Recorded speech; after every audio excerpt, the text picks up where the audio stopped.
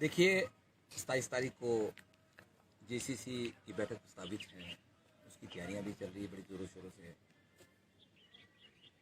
हम उसका स्वागत करते हैं और हिमाचल प्रदेश के 90,000 शिक्षक बहुत लंबे समय से इस तरह के किसी प्लेटफॉर्म के लिए जो है सरकार से लगातार संपर्क में, सरकार के ऊपर दबाव बना रहे हैं, सरकार से मिल रहे हैं, अपने मेमोरेंडम दे रहे हैं।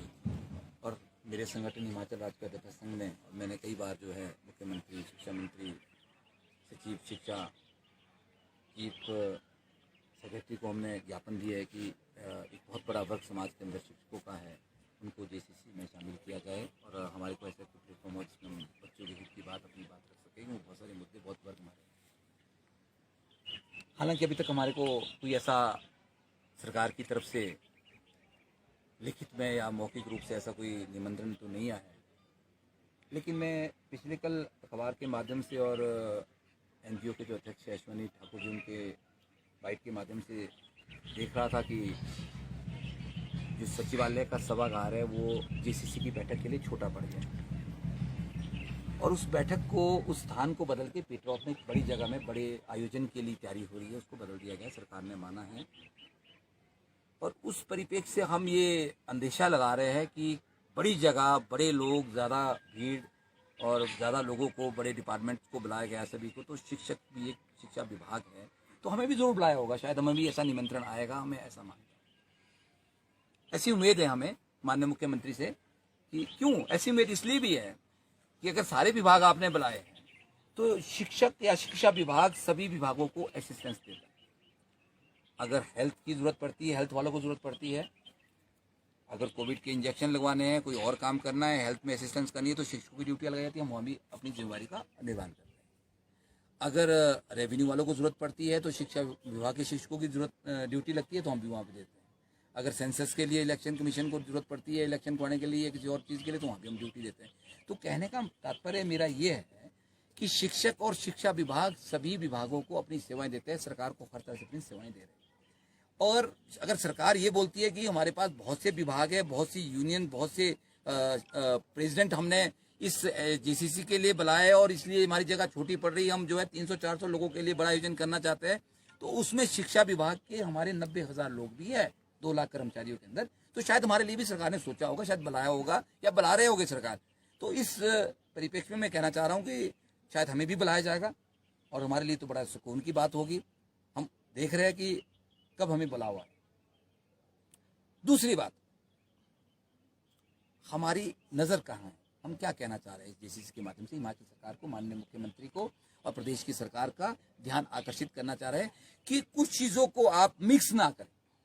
जेसीसी के माध्यम से 2 चीजें हैं, एक तो आपकी देयता है और कर्मचारियों के हक है जो आपको देने आज न कल ड्यू है, और दूसरी कर्मचारियों की मांगे है।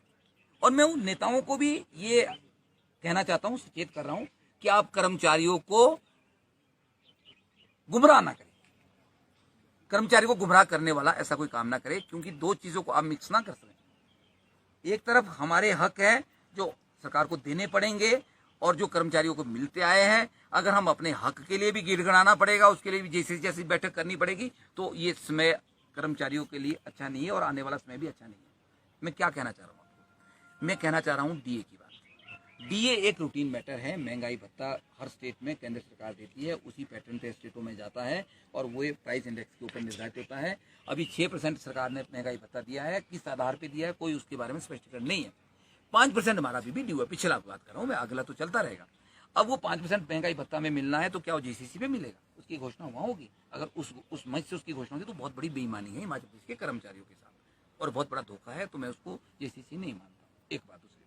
दूसरा मैं कहना चाह रहा हूँ कि हिमाचल प्रदेश में भारत सरकार जो है एक सेट क्राइटेरिया के तहत 10 साल में जो है महंगाई को बढ़ते हुए पे कमीशन का उसका रिवीजन होता है, पे कमीशन बैठता है, तो पे कमीशन की रिपोर्ट आती है, 10 साल बाद पे रिवाइज होता है। 2016 से हमारा पे कमीशन 6 में हुआ, 6 के बाद नहीं हुआ, तो 16 में ड्यू था, 16 में होना था, 17 में होना था, 18 में, 19, 20, 21 चली गई।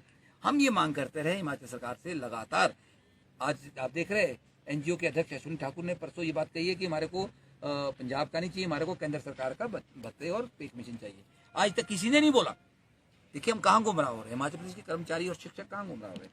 4 साल से लगातार हिमाचल राज्य के अध्यापक संघ इस मांग को सरकार के समक्ष रख रहा है कि हमारे को भारत सरकार का पे कमीशन और भत्ते सभी दिए जाए, क्योंकि पंजाब के भत्ते तो पहले भी हिमाचल में नहीं मिलते हैं, तो हम क्यों पंजाब के ऊपर स्टिक हो। अच्छा, अब क्या बात है, अगर आपको पंजाब का पे कमीशन देना था, जिसके लिए सरकार बातें भी है, जिसकी बात करती है हम, तो पंजाब का देंगे, तो पंजाब ने सितंबर में लागू कर दिया है, तो वो उसके दूसरे दिन हिमाचल को उसकी नोटिफिकेशन कर लेनी चाहिए थी। उसको किसका वेट कर रहे हैं, उसके लिए कोई जेसीसी की बैठक थोड़ी रखी जाएगी भाई, वो तो आपकी देनदारी है सरकार की, कर्मचारियों का हक है, उसको आप सेकंड डे नोटिफाई करो। हाँ, अगर आप भारत सरकार के, केंद्र सरकार के जो अधिसूचना है, जो वेतन आयोग है उसको और उसके भत्तों को उसको लागू करना चाहते हैं तो बात अलग है, उसके लिए चर्चा हो सकती है, उसके लिए हम स्वागत है और मांग भी यही कर रहे हैं कि आप सारे भत्ते भारत सरकार के लिए, उसमें बहुत सारे भत्ते हैं, उसमें चाइल्ड केयर लीव की बात की गई है, उसमें चाइल्ड जो एजुकेशन अलाउंस है उसकी बात होती है, उसमें मोबाइल अलाउंस की होती है। आप देख रहे हैं 2 साल में टीचरों ने अपने जेब से पैसा खर्च करके मोबाइल बच्चों को बांटे भी और डाटा भी यूज़ किया, नेट के लिए पैसे अपने खर्चते रहे, है कि नहीं, कितना डाटा यूज़ हुआ होगा, आपने 5-5, 6-6 क्लासें लगानी है, रात दिन बच्चों को पढ़ाना है, उन बच्चों को भी हेल्प की है, तो मोबाइल अलाउंस जो हमारी मांग थी वो तो बड़ी जायज़ मांग थी मेरे ख्याल से, बाकी स्टेटों में सेंटर में मिल रहा है, तो मंत्रियों को मिलता है 15-15, 20-20 हज़ार मोबाइल अलाउंस मिलता है, तो टीचरों को भी मोबाइल अलाउंस मिलना चाहिए, बाकी कर्मचारियों को भी मिलना चाहिए। तो हमारी मांग ऐसी भी आप सार्थक साबित हो रही है। एक दिन था कि टीचरों को बोलते हैं मोबाइल स्कूल में नहीं लाएंगे आप, अब मोबाइल के बगैर काम ही नहीं चलता, मोबाइल चाहिए तो ये अलाउंसेस जो है, तो ये अलाउंसेस भारत सरकार देती है और कुछ अलाउंसेस जो है वो पंजाब सरकार भी दे रही है, तो भाई हिमाचल में अलाउंसेस लागू नहीं है। तो हम तो कहते हैं अलाउंसेस की दर जो है भारत सरकार के जो अलाउंस लागू है उसके तहत हमारे को दी जाए। और एक और बात मैं कहना चाह रहा हूँ कि अगर हम बात करते हैं कि कॉन्ट्रैक्ट पीरियड रिड्यूस होना है, 2 साल करना है, तो मैं कहूँगा वो भी अगर जेसीसी का मुद्दा तो बेईमानी कर्मचारियों के साथ है और सरकार गलत कर रही है, सरकार कर्मचारियों से धोखा कर रही है और जो लीडर है वो भी एक छला हुआ है कर्मचारियों के साथ। क्यों? क्योंकि वो सरकार की अपनी वचनबद्धता है, सरकार का विजन डॉक्यूमेंट था, उसमें सरकार ने कहा हम 3 साल से 2 साल करेंगे। इससे पहले कांग्रेस सरकार ने 6 साल से 5 साल किया, 5 साल से स्वर्गीय वीरभद्र जी का कर्मचारी हितैषी निर्णय रहे हैं बहुत ज्यादा, तो उन्होंने 3 से 2 साल किया, 5 से 3 किया है। तो अब 3 से 2 करने का वादा इस सरकार का था जो आज तक नहीं हुआ है। और हमारी अगर मांग की बात करें तो हमारी मांग ये नहीं है, हमारी मांग है कि कॉन्ट्रैक्ट पीरियड हिमाचल प्रदेश के अंदर खत्म किया जाए। अगर हमारे आप डिमांड चार्टर को देखेंगे, क्योंकि ये जो कॉन्ट्रैक्ट अवधि है, कमीशन करके लोग आते हैं, बैच वाइज लोग आते हैं, रिटायरमेंट पे लोग बैठे होते हैं, उसके बाद कॉन्ट्रैक्ट पे भर्ती करना कोई तर्कसंगत नहीं है। अगर मांग की बात की जाए तो हमारी मांग 2 साल करने की नहीं है, वो तो सरकार को करना ही है, वो जेसीसी का मुद्दा नहीं हो सकता, वो सरकार की वचनबद्धता है। हम तो उस कॉन्ट्रैक्ट पीरियड को रिड्यूस करना चाहते हैं। एक और बात आपके ध्यान में बताना चाह रहा हूँ, वो ये है कि बहुत बड़ी बात जो है, जो जेसीसी का मुद्दा होना चाहिए आज की डेट में और जो एक ज्वलंत मुद्दा भी है, वो है ओल्ड पेंशन स्कीम को लागू करना हिमाचल प्रदेश में। वो एक नई बात है जो बहुत समय से 2003 से बंद है, उसको बहाल करना है। उसमें सरकार की शायद लाइबिलिटी भी फिक्स हो जाएगी, उसमें सरकार को सोचना पड़ेगा, उसमें कर्मचारियों से बात भी करनी चाहिए। मुझे लगता है कि प्रायोरिटी पे अगर सरकार सच में कर्मचारी हितैषी होने का अपना जो दावा है उसको पूरा करना चाहती है, उस वचनबद्धता को निभाना चाहती है, तो ओल्ड पेंशन स्कीम जैसे अब वेस्ट बंगाल में चल रही है और 1-2 स्टेट में और भी चल रही है, और हिमाचल प्रदेश ने सबसे पहले इस पेंशन को एनपीएस में बदला था। बाकी ने 2004 में किया, हिमाचल ने 2003 में जो है वही 2003 में इसको लागू कर दिया। सबसे पहले स्टेट बनी थी एनपीएस को लागू करने की। मैं मांग करता हूं हिमाचल प्रदेश के मुख्यमंत्री से कि आप जेसीसी की बैठक में अगर आप सच में सबसे पहले स्टेट बनेंगे, ओपीएस लागू करने वाली स्टेट होगी, तो मुझे लगता है कि ये जेसीसी सार्थक होगी। हमें भले ही उस बैठक में ना बुलाओ, लेकिन कर्मचारियों के लिए आप जो आप करेंगे उसको लोग भी याद करेंगे। और जो एनजीओ के लीडर है, जेसीसी के जो लीडर है, जो उसमें डेलीगेट्स हो गए, वो उनके लिए भी एक यादगार लम्बा होगा और सरकार के लिए भी होगा और हम सब कर्मचारियों के लिए होगा। अगर हम बात करते हैं कि आप 2009 का जो रूल है पेंशन का, एनपीएस का, उसको आप लागू करेंगे 2009 से 2021 में आप जाग रहे हैं, तो वो आपके ऊपर एक बाध्यता है, वो कोई एहसान नहीं करेंगे आप। अगर आप जेसीसी में बोलेंगे कि हम एनपीएस के लिए 2009 की जो नोटिफिकेशन है उसको हम बहाल कर रहे हैं, वो तो भारत सरकार ने बहाल की है। आप भारत सरकार के कहने से बोल रहे हैं कि हम पेंशन को बंद कर दिए। अब भारत सरकार ने बोला कि आपकी अपंगता या किसी की डेथ हो जाती है तो आपको ओल्ड पेंशन में लाया जाए, वो 2009 में बोल दिया। 2009 से आपने 21 का वेट कर दिया, आज आप बोलेंगे कि हमने उसको बहाल कर दिया, तो वो तो आपकी बाध्यता, वो तो आपको करना ही है आज न कल। वो जेसीसी में कोई बहुत तीर मारने वाली बात नहीं है। और उन लीडर्स के लिए भी ये कहना चाह रहा हूँ मैं कि ये कोई तीर मारने वाली बात नहीं है, ये सरकार की बाध्यता है, सरकार को करना पड़ेगा, आज न कल करना पड़ेगा। पर अगर करने वाली बात सच में है तो पेंशन बहाली का मुद्दा अगर हो जाता है हिमाचल प्रदेश में, उससे बड़ा कोई और मुद्दा नहीं है। और अगर करने वाली बात करूं और मांग की बात करूं, मांग हम हिमाचल प्रदेश के कर्मचारियों की है। 20-20, 25-25 साल तक कर्मचारी जो है वो पदोन्नत नहीं हो रहे, स्टैग्नेशन बहुत ज़्यादा हो गई है। तो हिमाचल प्रदेश में अगर शिक्षा विभाग की अगर बात करें, शिक्षा विभाग में तो टीजीटी 25 साल बाद, लेक्चर 25 साल बाद प्रमोट होता है, तो सीएन भी हमारे प्रमोट नहीं होते। तो उनको सरकार ने इस तर्ज पे कि आपकी प्रमोशन नहीं है तो आपको 2 स्पेशल इंक्रीमेंट 20 साल की सेवा काल पे रखी गई थी। तो हम ये मांग कर रहे हैं कि हिमाचल प्रदेश के सभी शिक्षकों को और सभी कर्मचारियों को 2 स्पेशल इंक्रीमेंट 20 साल तक, अगर कोई कर्मचारी या 15 साल तक कर्मचारी अगर वो पदोन्नत नहीं होता है, दूसरी उसमें पोस्ट पे नहीं जाता है, तो उसको वहाँ पे 2 स्पेशल इंक्रीमेंट दी जाए। अगर मांग की बात करूँ, हम बड़े लंबे समय से मांग कर रहे हैं कि रिटायरमेंट एज 7 साल की जाए। एनजीओ की मांग है, बाकी विभागों की बात है, मांग है। और टीचरों की मांग है कि क्योंकि जितने भी टीचिंग इंस्टीट्यूट हैं, वो चाहे लॉ यूनिवर्सिटी की बात करें, वो चाहे विश्वविद्यालय की बात करें, वो चाहे मेडिकल कॉलेज की बात करें, वहाँ पे जो है जो टीचिंग फैकल्टी है उनकी रिटायरमेंट एज 62 साल है। तो हमारे को भी उसी तरह पे जो है हमारी रिटायरमेंट एज टीचर की 62 साल की है। ये हमारी मांग है। अगर मांगों की बात करें, हमारी मांग है कि भाई एलटी और शास्त्री है, उनको जो है टीजीटी का दर्जा मिलना था, वो भी प्रोटोकॉल में तय है, वो रूल के अंदर है। उस रूल के तहत बार बार उसको अनाउंस करते हैं, वो नोटिफिकेशन नहीं हो रही, उस नोटिफिकेशन को जारी करें। ये कुछ ऐसी मांगे हैं जिसको हम हिमाचल प्रदेश के कर्मचारी समय पर सरकार के समक्ष करें। हमारी मांग क्या है कि आपका प्रिंसिपल से डिप्टी डायरेक्टर बनता है, डिप्टी डायरेक्टर बनता है, पर लेकिन वो पूरे स्टेट का, जिला का मालिक बन जाता है। आपके जिले के अंदर 200 प्रिंसिपल है, उसमें किसी जिले में 400 प्रिंसिपल भी है, पर डिप्टी डायरेक्टर एक ही होता है। एक एलिमेंट्री में होता है, एक हाइज में होता है। 2 डिप्टी डायरेक्टर, एक एलिमेंट्री एजुकेशन, एक हाइज। पर लेकिन जब वो डिप्टी डायरेक्टर बनता है, उसमें से छांट के बनता है, बड़ी प्रमोशन के बाद आता है, तो उसका कोई स्केल चेंज नहीं होता, वो उसी स्केल पे, वो प्रमोशन नहीं मानी जाती, वो प्लेसमेंट है।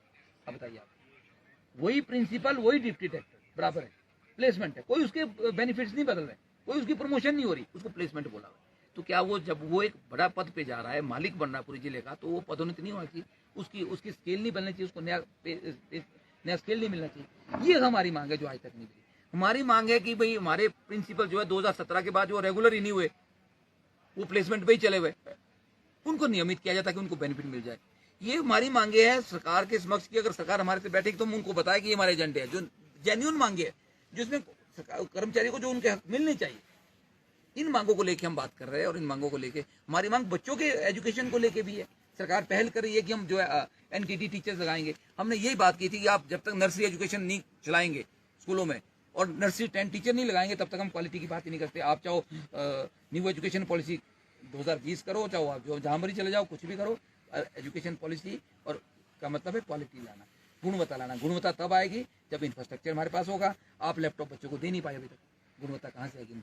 बच्चों के मनोबल को बढ़ाना है ना। 3 साल से बच्चों को, मेरिटोरियस बच्चों को जो एक आपने बनाई थी, स्कीम बनाई थी कि लैपटॉप दिए जाएंगे, उनको नहीं दी। आपने एक स्कीम बनाई कि जो 100 बच्चे हमारे पास 10th और +2 में टॉपर आएंगे, उनको हम 1-1 लाख रुपए देंगे कोचिंग के लिए। उस स्कीम को आपने ठंडे बस्ते में डाल दिया, उसमें आपने अभी तक कोई पहल नहीं की। आप बच्चों को अभी तक भर्ती नहीं दे पा रहे, बच्चों को बूट नहीं आप दे पा रहे। तो ये बच्चों के लिए इंफ्रास्ट्रक्चर नहीं है स्कूलों के अंदर। स्मार्ट क्लासरूम की व्यवस्था अभी तक स्कूल में नहीं हो पाई है। इवन की बहुत से स्कूलों में तो बिजली भी नहीं है, बहुत से स्कूलों की अगर बात करूँ मैं, बाकी तो दूर की बात है। और आप जब तक टीचर्स क्लास के लिए नहीं रखेंगे, अवेलेबल नहीं होगा, तब तक क्वालिटी नहीं आएगी, गुणवत्ता नहीं आएगी, बदलाव नहीं होगा सिस्टम के अंदर। अगर क्वालिटी नहीं आएगी, बदलाव नहीं होगा, तो अच्छे समाज की कल्पना करना बहुत मुश्किल है। और अच्छे समाज की कल्पना अच्छे शिक्षक से हो सकती है। और अच्छे शिक्षक को जब आप सम्मान देंगे समाज के अंदर, उसको जगह देंगे, तभी हो सकती है। आप तो जीसीसी में भी हमें जगह नहीं दे रहे। हम कैसे विश्वास करें कि सरकार समाज के अंदर शिक्षकों को एक सम्मान की बात कर रही है, जगह देने की बात कर रही है। तो उम्मीद तो मैं आज भी कर रहा हूँ कि 27 तारीख की बैठक में शिक्षकों को बुलाया जाएगा, क्योंकि बड़ा स्थान है, बड़ी जगह है, तो खुले में शायद हमारे को भी एक निमंत्रण दिया जाए। एक बात पूछना चाहेंगे, मैं आपको बीच में रोक भी रहा हूँ जी। ये जो 27 तारीख को जेसीसी की बैठक हो रही है, तो ये माना जाए कि आपका ये कहना है कि ये केवल कर्मचारियों के लिए एक छलावा मात्र है? नहीं, मैं तो बड़ा क्लियर कह दिया, आपके चैनल्स के माध्यम से मैंने सारी बातें क्लियर कर दी है। 2 बातें अलग अलग है। एक हमारे राइट्स है, जो हक है, और सरकार की वो देयता बन जाती है, वो जिम्मेदारी है, और एक हमारी मांग है। उन दोनों को जब आप मिक्स करेंगे ना, तो छलावा ही है। जो आप बोलेंगे हम ये देना चाह रहे हो, तो आपने देना ही देना है। अगर जेसीसी में सच में आपने कोई चीजें डिस्कस करनी है, तो ऐसी चीजें डिस्कस करो जिनका मैंने आपके समक्ष अभी व्याख्यान किया, जो बातें रखी है। अगर ये बेनिफिट सरकार देती है, तो हम तो माननीय मुख्यमंत्री को जो है वो चांदी के सिक्कों से हिमाचल राज्य का अधिवेशन तोलेगा। और मैं आपके सामने ये भी ऐलान करता हूँ, हमें बुलाए ना बुलाए, पर हम माननीय मुख्यमंत्री अगर इन चीजों पे कोई फैसला लेते हैं, तो हम एक कार्यक्रम करेंगे। हिमाचल राज्य का अधिवेशन एक बड़ा कार्यक्रम करेगा, और हम जो है चांदी के सिक्कों से जो है माननीय मुख्यमंत्री को जो है उनको तोलेंगे, उनका मान सम्मान करेंगे। ये भी मैं आपके समक्ष ऐलान करता हूँ। बहुत बहुत धन्यवाद।